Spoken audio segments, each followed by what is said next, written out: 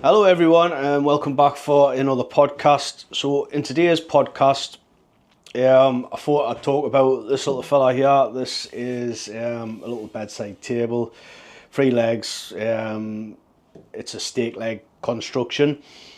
So I thought it would be fun to kind of talk about this today. Go over some of the the structures and the features and whatever else, and why I've done what I've done and so on and so forth. So for those of you that missed it, I did actually upload a build video for this. I do narrate on this one. There is a little bit of music as well. I'm not sure if I'm doing well with these narrating and music things. I don't know. Anyway, the video's there if you want to watch it.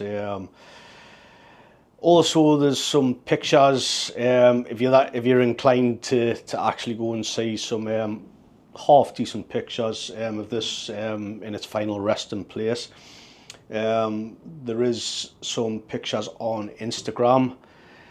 The reason I actually built this table was basically I needed one. It's kind of been it's been about 5 years kind of in the making, in my head at least, or not necessarily the design, but the fact that I needed a table. So yeah, it's kind of took us 5 years to get round to it, but I got there in the end. Ironically, I probably should build another one to go on the other side of the bed, just because it doesn't look right. It's when you look at the the kind of the bed from the bottom of the bed, it's not symmetrical. That kind of messes with my brain a little bit for some strange reason. But then again, who knows when I'm actually gonna get round to actually making a table. So the tabletop itself. This was some of the offcuts of the kitchen bench / table thing that also took us about 5 years to get around to.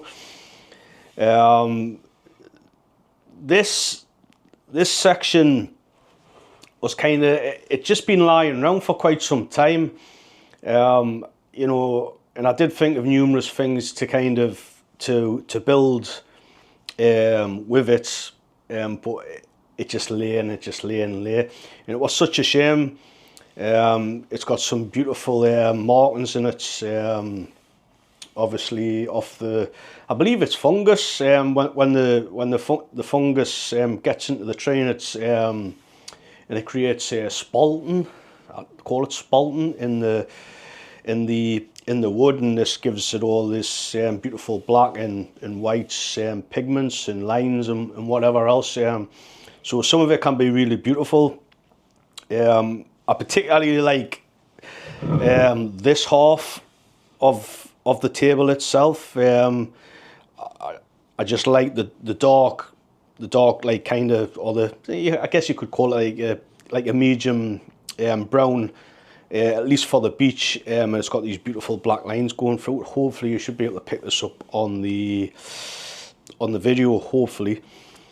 So why did I make it round? That basically come from, I wanted to see if I could actually cut out a circle with a Ryobi saw. And it did actually stir up quite a few comments, some of them good, some of them not so good. But I did actually, for those of you that missed it, again, if you don't follow us on social media, there will be links if you want to go and check some of my stuff out. I did actually cut it out with a Ryobi saw.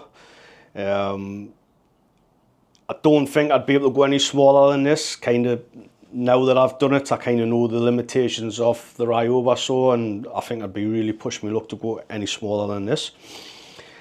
So the thickness of the tabletop was just shy of 30 inches, which is, admittedly, it's a little bit too short in thickness for this sort of construction. So this type of construction is what's known as a stake leg construction. and basically it consists of conical tenons. So for those of you that don't know what a conical tenon is, a conical tenon is kind of like a cone. I think that's probably the best way to describe it. And how I use, or rather how I create a conical tenon, what I've been doing for quite some time now, I've just been using these Veritas tenon cutters or dowel makers. I'm not actually sure what the marketed as. I don't know if it's a dowel cutter or a dowel maker or a tenon cutter, or maybe the marketed as both. They do actually do both. So basically, you would make the tenons, or the conical tenon that is, then you would ream the, where is it? It could be anywhere. I'm not going to go and look for it, but basically it's just like same again. It's like a conical, like a bit of a conical drill bit, but it's called a reamer, obviously, and that just gives you the corresponding or the mating angles, you know. So I don't know if that was it like a 10 degrees or a 15 degrees. I forget what those are now. You know, it would basically kind of mate nicely. So the idea, or at least the idea that I've read, and it does make sense in my mind, is that when these were kind of made for the likes of chairs and such, the thing about it was that the more pressure that was placed upon the seat itself, or even the table, basically any force that was going to come down, it was just going to force itself more onto the tenon, because the tenon is conical. You're just pushing down. It's just by mechanics, it's just going to get tighter, and that's kind of the you know, the premise of this sort of construction. But the issue with this is that it's really thin. It's like, as I said, it's just shy of 30 millimeters.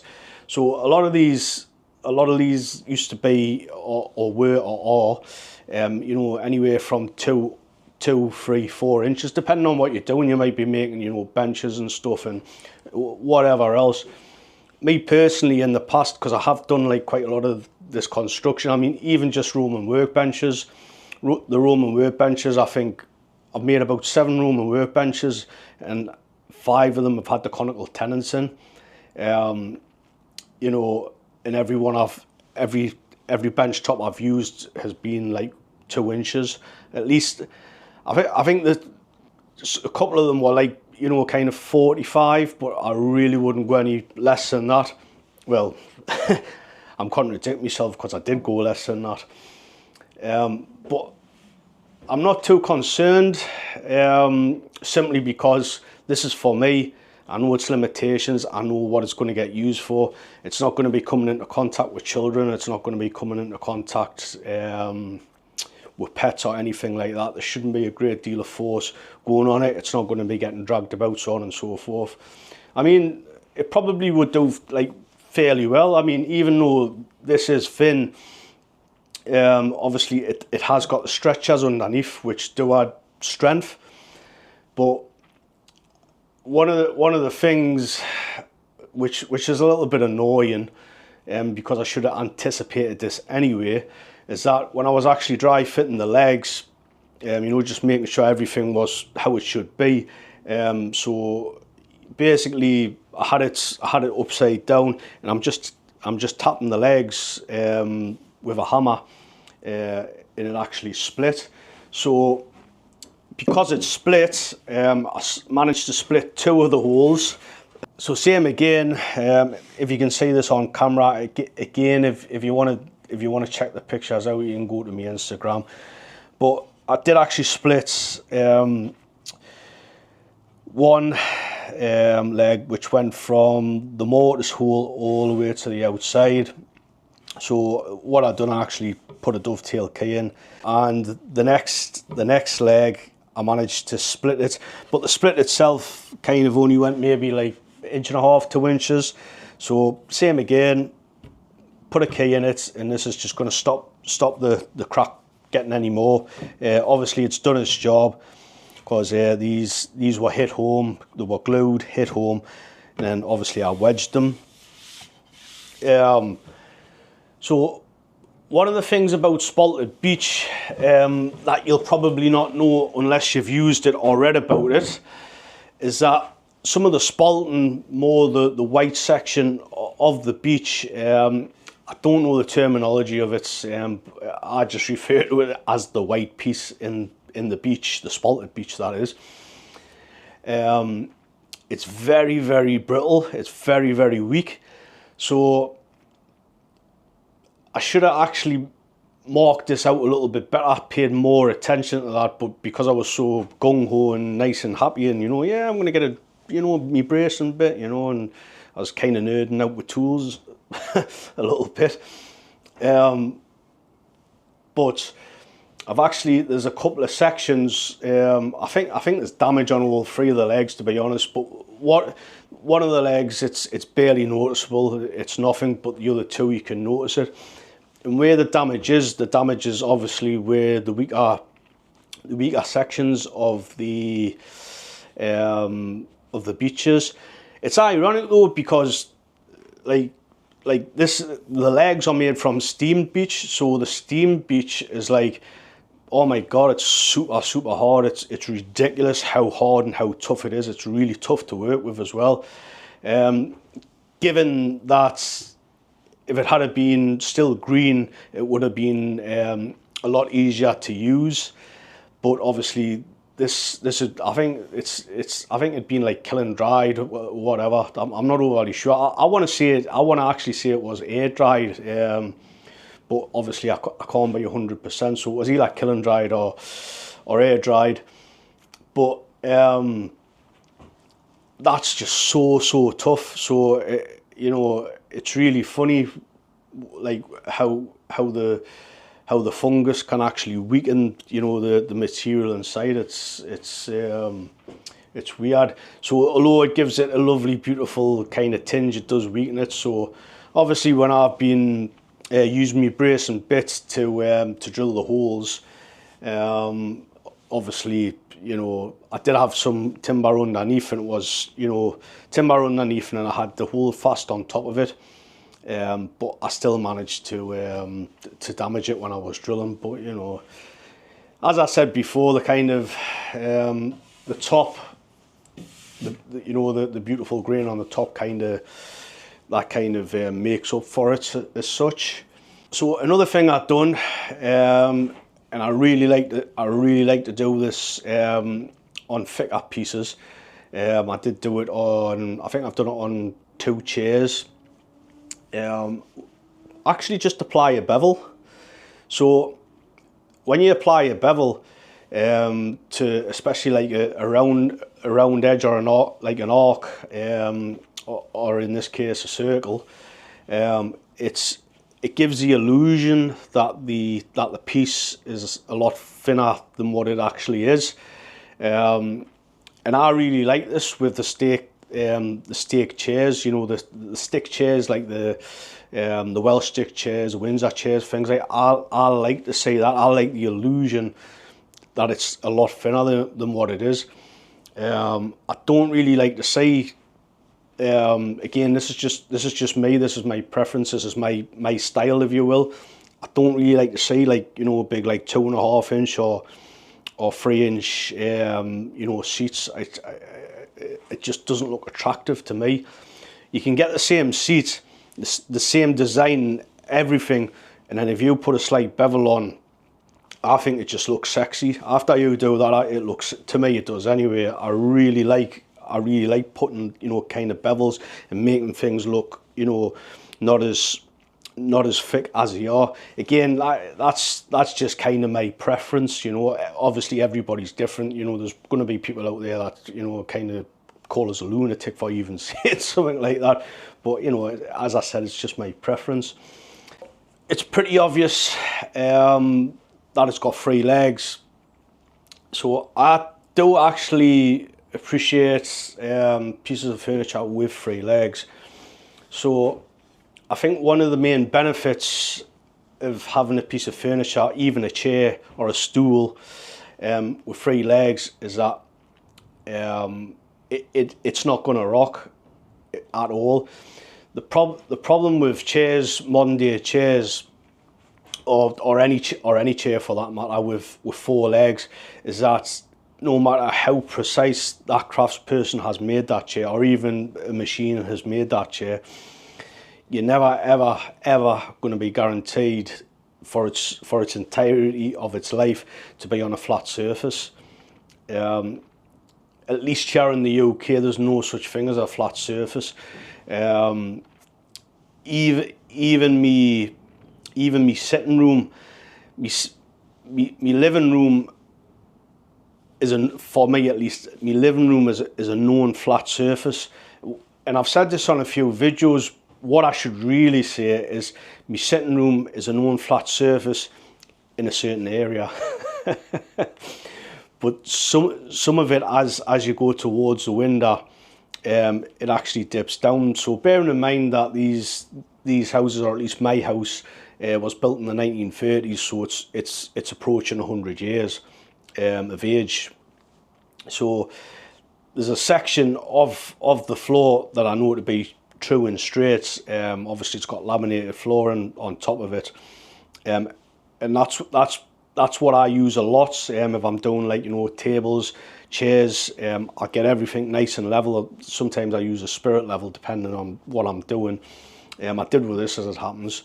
Get everything level, put some packing under it, get everything level, and then just use a pencil and a scrap piece of wood, and just go around and obviously mark out for the angles so that I can cut the legs to the correct size, and obviously so they're going to sit flush with the floor. So as I said, three legs, it is really stable. I wouldn't actually mind to do a bit more with this, rather with the three legs. I did actually contemplate on doing a three-legged chair. I actually seen, I think it was George, what's a guy called? A Japanese American. I think he emigrated from Japan and went to America. I want to say George Nakasimi. I'm terrible at pronouncing Japanese names. He's a very well known Japanese American woodworker. Unfortunately, he passed away some time ago. Unfortunately, but there was kind of one of his chairs, and it's a three-legged chair. And I really like the idea of it. As soon as I seen it, I kind of understood it's like a three-legged chair. It's going to be very, very stable. I'm not too sure what it would be like, kind of sitting on it, because there's always that thing, if you're sitting on it and you're moving about, because you've got like a lot of weight on the top of it and it's only got three legs, it kind of could, it could tip to one side perhaps. But I think I wouldn't really know until I was kind of using that sort of chair. But I think that might be something, I would like to do in the future. So the stretchers, obviously, made with beech, the same way I made the legs. So going back to the legs, actually, when I started making this, I think I made one leg, and the beech gave us such a hard time to work, basically work the material. It gave us such a hard time. I did actually think about going out and buying a mini lathe. At the time, and I probably if I really wanted to, I could go out and buy it now. There was a mini lathe in Lidl. This was like a kind of a little Parkside lathe. I don't know anything about them. I'll be honest, I've never used a lathe before. So I was kind of thinking, should I kind of just bite the bullet and go out and, kind of buy it? But the issue with that is that because I've never used one, I would have to teach myself how to use one. And somebody actually pointed out that if the material's tough, working with it with a draw knife, it's going to be equally as tough when I've got it on the lathe. You know, and someone pointed out that I would still have to take all the corners off and such, and I thought, so I kind of just went with the draw knife and the spoke shave. So I mean, it didn't turn out too bad. You know, I am kind of happy with the form of them. I did spend quite a lot of time, you know, trying to make them quite, you know, equally looking. I think I've kind of got there with them. But something to point out here. I don't know if you'll be able to see this on the camera. But when you're actually doing any sort of construction like this, anything for any sort of leg, a chair leg, a table leg, dining table, anything like that, anything that you want to be really strong with a downward force, or even if you're going to span it between point A and point B horizontally, you want that grain to be nice and straight. So again, I don't know if you can see this on the video, but this grain is nice and straight. Obviously, you know, it runs nice and straight. So the thing about this is that it's highly unlikely that there's going to be any snapping or fracturing anywhere along this leg. If anything, the only place it would snap, which I don't really think it would. I think the top would break before the legs would break. I think it would be at the very top, where the conical tenon, the tip of the conical tenon actually goes through the tabletop. So just again, for those of you that might be listening, or those of you that like kind of might be new to woodworking, so the issue when you actually are you know, making a leg or whatever, if you pick a section of timber and the grain is actually running out, so again, running out basically means that the grain would say, I don't know, for argument's sake, the grain would run quite straight. It goes down to maybe halfway, and then all of a sudden it might just sweep out. It might sweep out at 45 degrees. So that grain is more liable to fracture at some point. You know, maybe the table is getting moved around for whatever reason. You know, the table could be lifted up, and then, you know, something as simple as just dropping it on, you know, one leg can actually fracture legs. I did actually see this on a chair. There was a lady along the streets. She come knocking on my door. This I think this was about 1.5 years ago. Maybe 2 years now. It was just before the Christmas, I remember, anyway.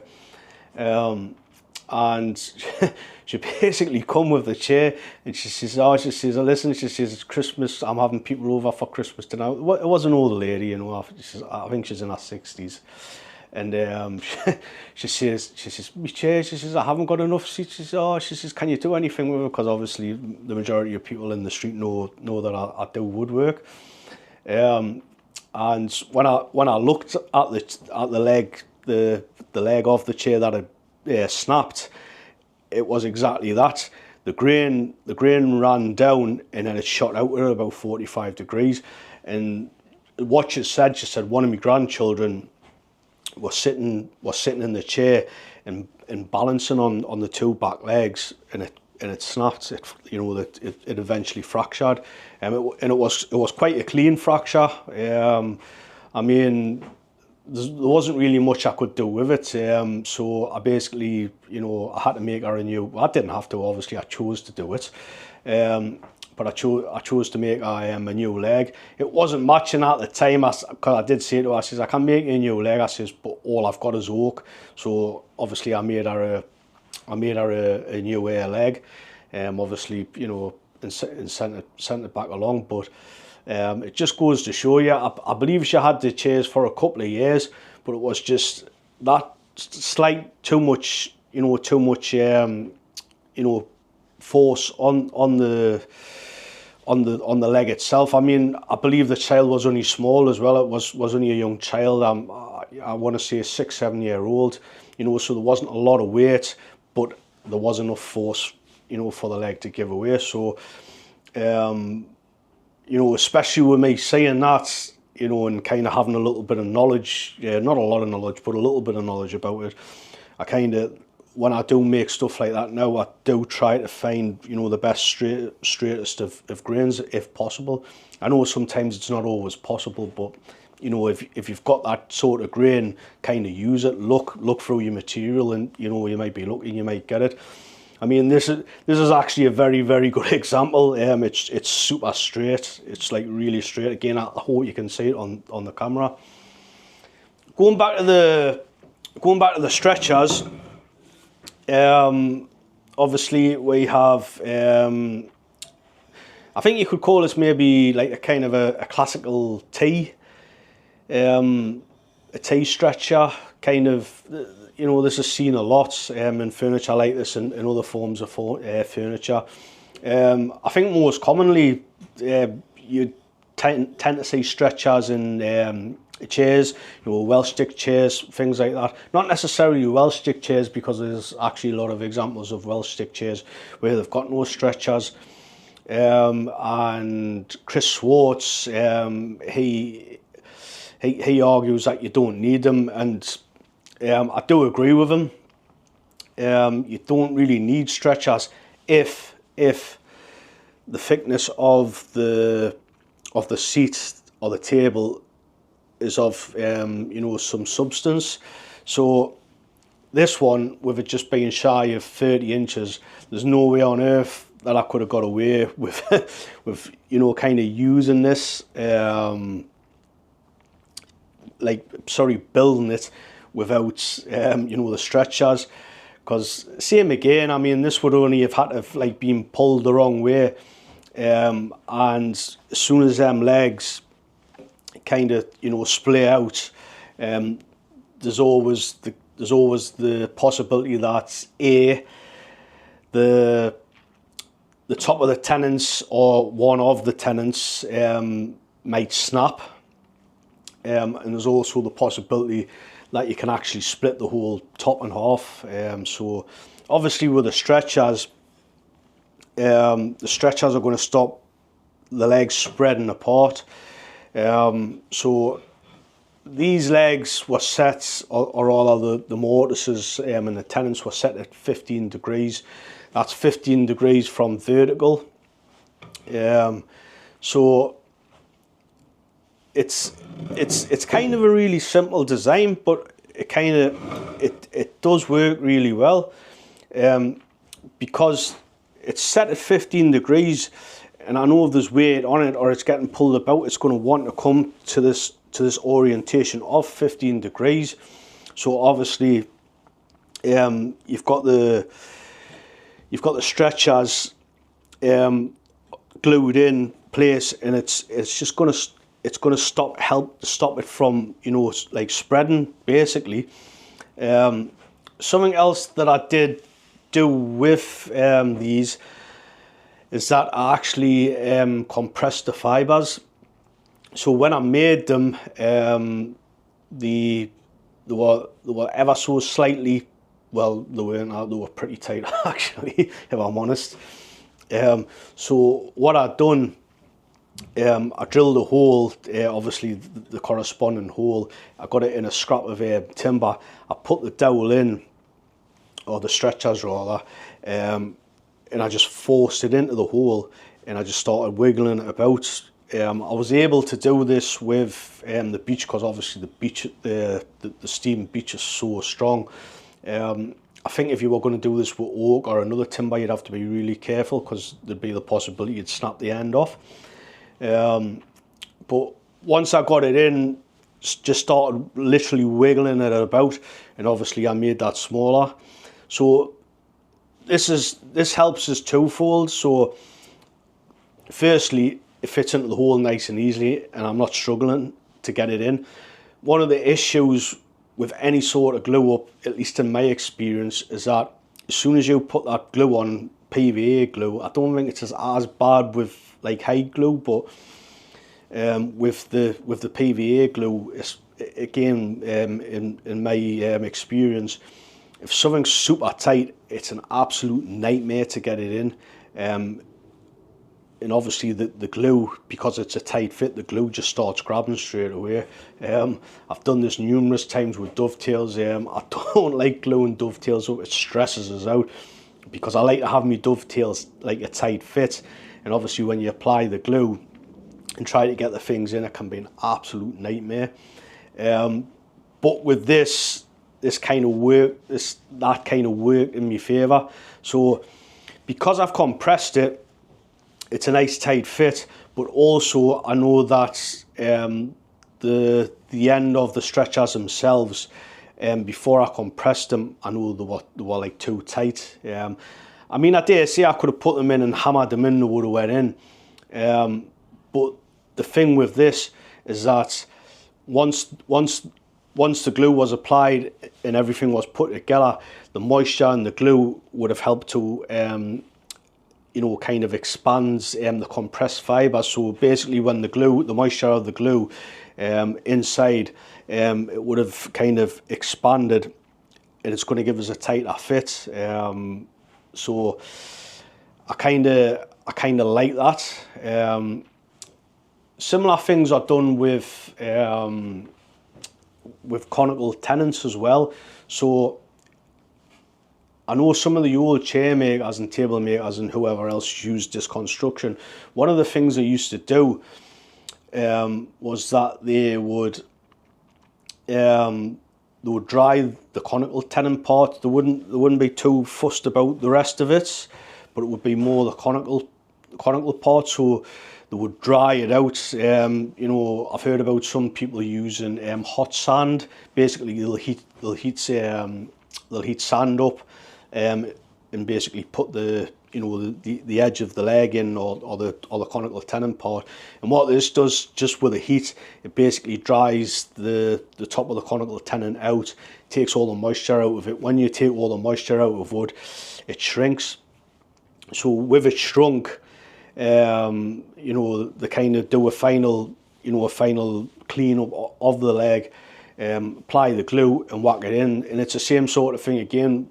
So obviously when the moisture of the glue gets into the wood where it's been really dried out, it'll suck that moisture back into it, and also it'll start taking moisture out of the air as well, because you've over dried it with the heat.